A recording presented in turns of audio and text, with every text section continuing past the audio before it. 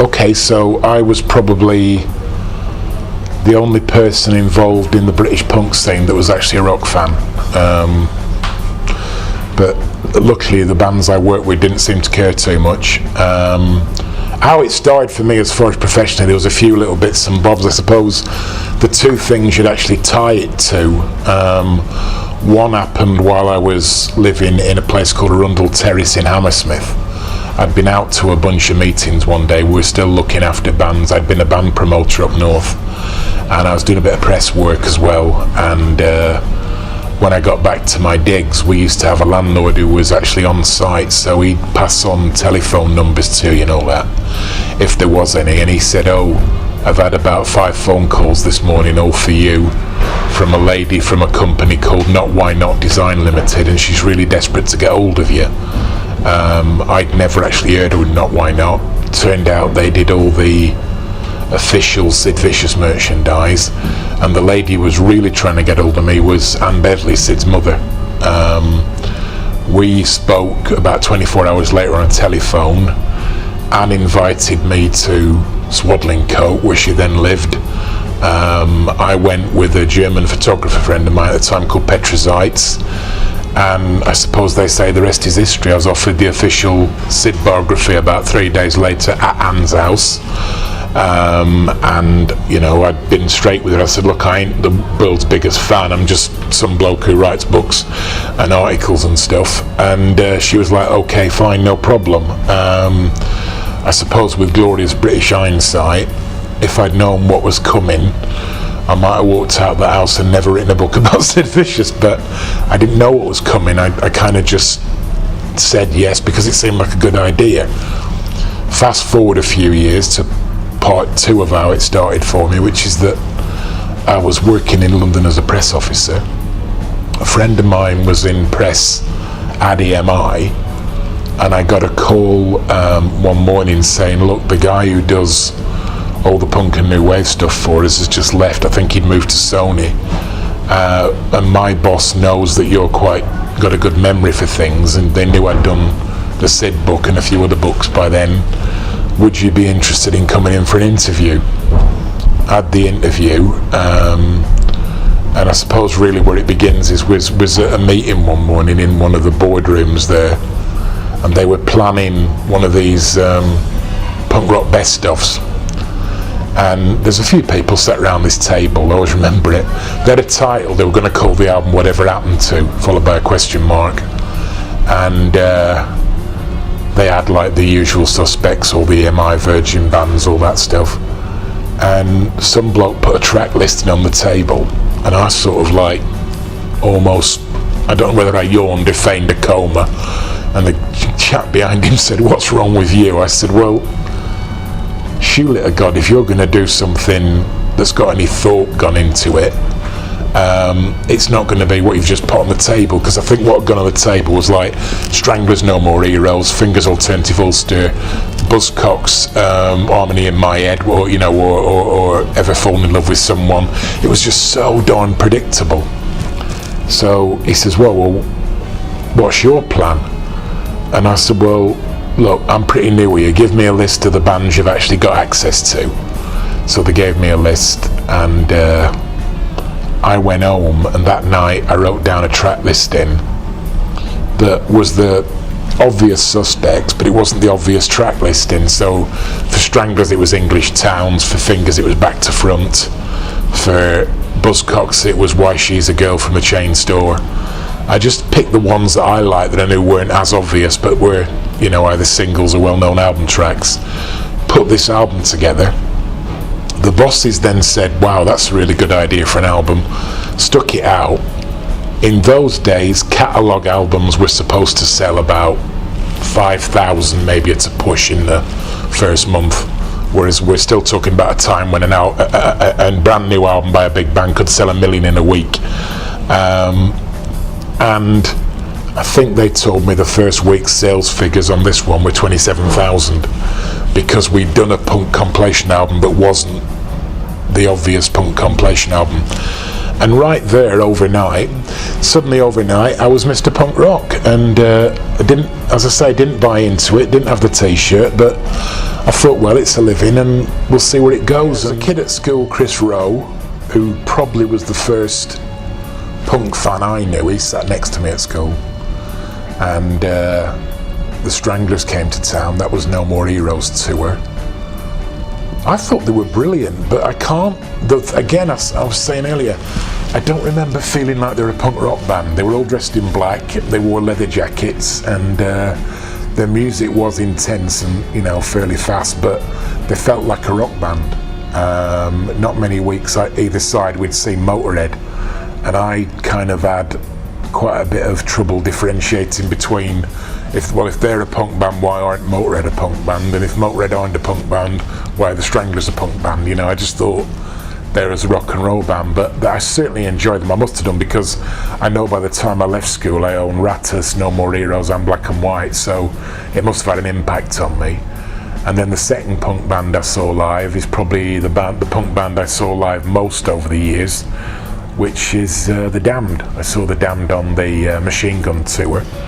And then when the Black Album tour came around with Nowhere League in support, we see them about 5 or 6 times across the tour. But then again, as I said earlier, those are the days when bands did a UK tour that lasted 42 days, not 9 or 10.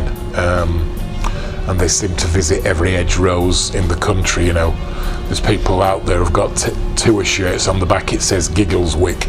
Where's Giggleswick? That was what it was. They played everywhere, so it was easier, I think, then to see groups live, definitely. Basically, the touring side came about 2 ways. Number one, before I even came to London, I was booking bands for a venue in Blackburn called King George's Hall, and also for a few other Lancashire venues, places like Burnley Mechanics, and in some cases Our Father's Moustache in Blackpool, all that stuff. So I got to know some of the bands like Subs, 999, Vice Squad, Exploited, Nowhere League, all through that route. How I came to touring with bands is, initially when I was a press officer and living in London, I'd been out on the road with a few bands essentially as part of my job. When I went working with EMI, some of the bands that I ultimately took under my wing, and if you like, for want of a better expression, championed, I became, I suppose the polite thing to say is, more involved with than what my wage packet said. So ostensibly speaking, I was just supposed to be their guy at the record label, but what I was actually doing was I'd be drinking with these guys, and I'd also be trying to get new product going with them rather than just reissued stuff. Also, outside of the remit of what we're doing at EMI, we'd be doing live DVDs with other companies that I was doing the deals on. So it wouldn't be long before somebody would say, oh, by the way, there's a space on the tour bus, do you fancy coming out of the road next time?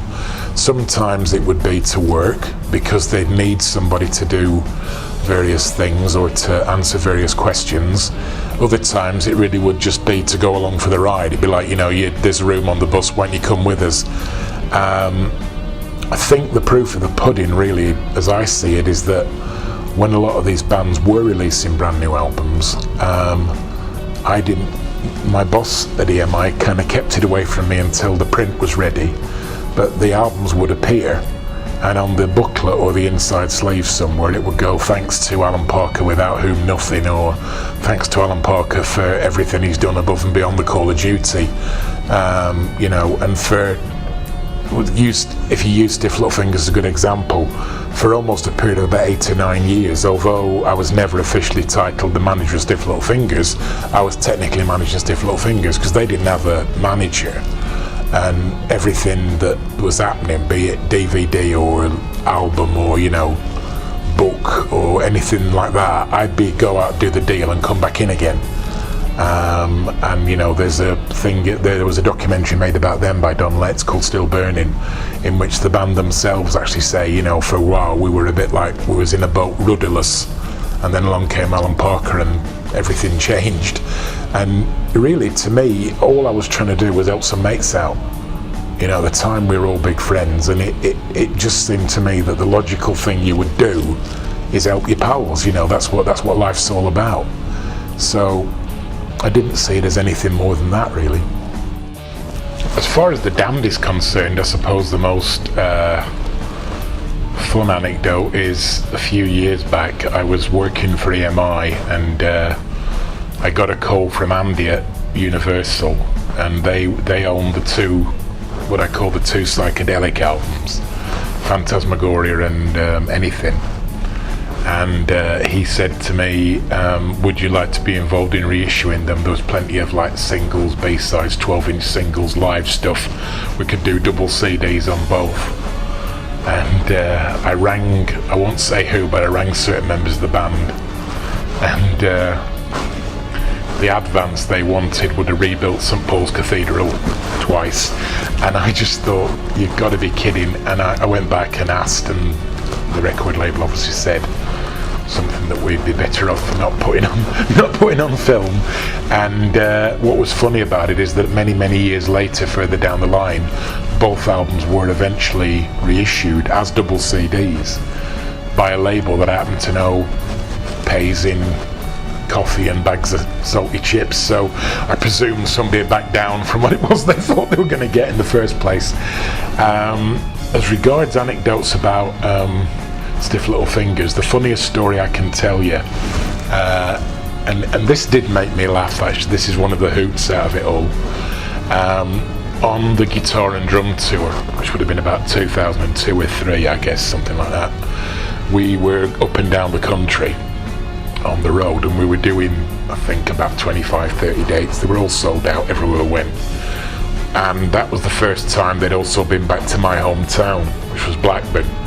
So after we'd sound checked, because we weren't staying in Blackburn, we were staying in Manchester, and after we'd sound checked, they went, right, well, you know, you must know the best pub to go to because you used to live here, so let's go to a boozer. So we all shot off to this boozer. Of course, I didn't know at the time because I'd not been back to Blackburn for years, but this particular boozer was one that was used pre-concert by a lot of people.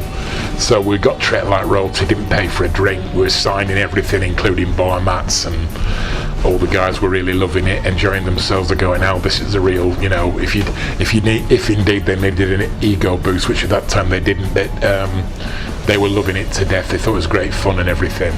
And as we went to leave the boozer, it was absolutely thrashing it down. I mean, it was what I call Noah's Ark rain, right? Walking down the street looking for 2 giraffes and some fucking wood. And basically, as we're walking down the street, and we've all got scarves up here and baseball caps pulled down and wool hats and collars up on coats, and there's 5 of us, literally just me and the boys, walking back towards King George's to the dressing room door. And as we're going up this street, utterly unrecognisable, 2 blokes are walking down and they shout across road, I give it a miss, lads, if you want, there's no tickets left and the touts are charging a fortune. To which Foxton shouted across, I think we'll be alright. And I always thought that was absolutely fantastic. But it was utterly true, and it was a great gig. It was really, really good gig. But yeah, things like that do happen. It might sound bizarre, but they do take place, those things.